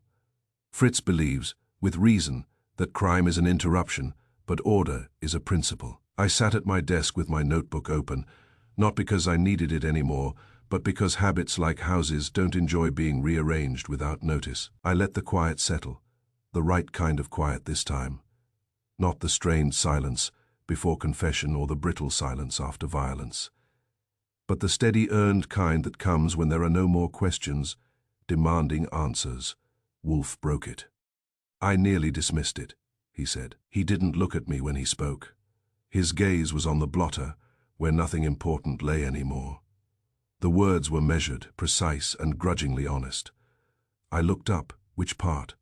He knew I knew. The question was ritual, and Wolfe respects ritual even when he pretends not to. The snow globe, he said. I attributed it to sentimentality. I leaned back slightly, careful not to push. You're allowed one blind spot every few years. Keeps the rest of us employed. Wolfe's eyes shifted to me, sharp. Do not mistake acknowledgement for error. I wouldn't dream of it, I said. I'd call it delayed appreciation. Wolfe sniffed. Sentimentality is a common weakness. It offends reason. True, I said, but criminals count on that. They hide behind what looks cheap, small, or emotional. Wolfe did not immediately respond. That meant the idea had landed where it could do some good. For decades, he said at last. Men like Harold Pike prospered by understanding one truth, that people fear exposure more than punishment. Symbols, reminders, insinuations. These were his tools. He believed them permanent. And they worked, I said, right up until they didn't. Yes, Wolfe agreed. Symbols endure only while the power behind them is unchallenged. Mr. Talbot made the mistake of believing symbols could replace law. Mr. Pike made the mistake of believing law could always be evaded. And Riddle Street, I added, doesn't care about either mistake. Wolfe's mouth tightened. Riddle Street forgives nothing, it merely waits. That was Wolfe's version of philosophy, and it fit the case neatly enough to be true. I stood and walked to the shelf near the door, the one that holds objects that have survived long enough to earn a place without explanation. I picked up the empty base of the snow globe, the harmless remnant of something that had carried murder inside it, and turned it once in my hands. Without the film, without the intent, without the careful planning and the fear, it was exactly what it looked like. Junk, a cheap base meant to support a cheap illusion. No threat, no message, no leverage. I set it back on the shelf. Looks better empty, I said. Wolfe glanced at it. Yes, he said. Truth has that effect. We sat with that for a moment outside. New York continued on with its impressive indifference. A truck backfired. Someone laughed too loudly. Somewhere, a door slammed with purpose, and then forgot why.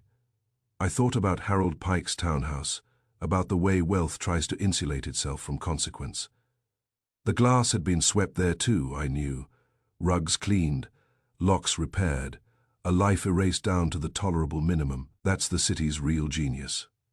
Not in remembering, but in continuing. Kramer had called once more, earlier, after Talbot was booked, and the paperwork had begun to breed. His voice had been gruff, satisfied in the way of a man who knows he'll still have work tomorrow, but at least not this work. "You nailed it," he'd said, as close to praise as Kramer ever got. Wolfe had replied with polite brevity, which is to say he accepted credit without discussing it. When the call ended, he had leaned back and closed his eyes, not in triumph, but in release. Wolfe does not celebrate. He concludes. Now, with the house restored and the case filed where it belonged, in the past, I felt the familiar settling that comes after a job well done.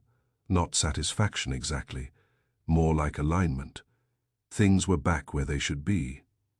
"You know," I said, breaking the quiet again because it no longer objected, "Pike almost got away with it." "Yes," Wolfe said. "If Talbot hadn't panicked, he would have been forced to panic eventually," Wolfe interrupted. "Blackmail is unstable. It requires the cooperation of the guilty. That cooperation is temporary by nature." "Still," I said, "one more missing detail, one less snow globe." Wolfe waved a hand. "Speculation. The facts prevailed." "They usually do," I said, "but only if someone looks in the right place." Wolfe's eyes flicked to me. "You are referring to persistence." "I am," I said. "Mine." He considered that for a moment, then gave a slight nod, barely perceptible, but there. "Very well," he said. "In this instance it was useful." I grinned. "I'd take that to the bank if Wolfe would let me." Fritz appeared in the doorway, hands folded neatly in front of him. "Dinner will be ready shortly," he said. Wolfe brightened perceptibly. "Cases end, but dinner is eternal." As Fritz withdrew, Wolfe adjusted his position, settling more deeply into the chair that had supported so many conclusions. The orchids upstairs waited for him. The routine would resume. Tomorrow, something else would intrude. It always did. I looked once more at the empty globe base on the shelf. No snow, no street scene, no secret. Just a reminder that even fake snow leaves a trail. On Riddle Street, on East 72nd, in a brownstone on West 35th, the trail had been followed to its end, not by force. Not by anger, but by attention. And attention, I've learned, is the one thing New York never expects.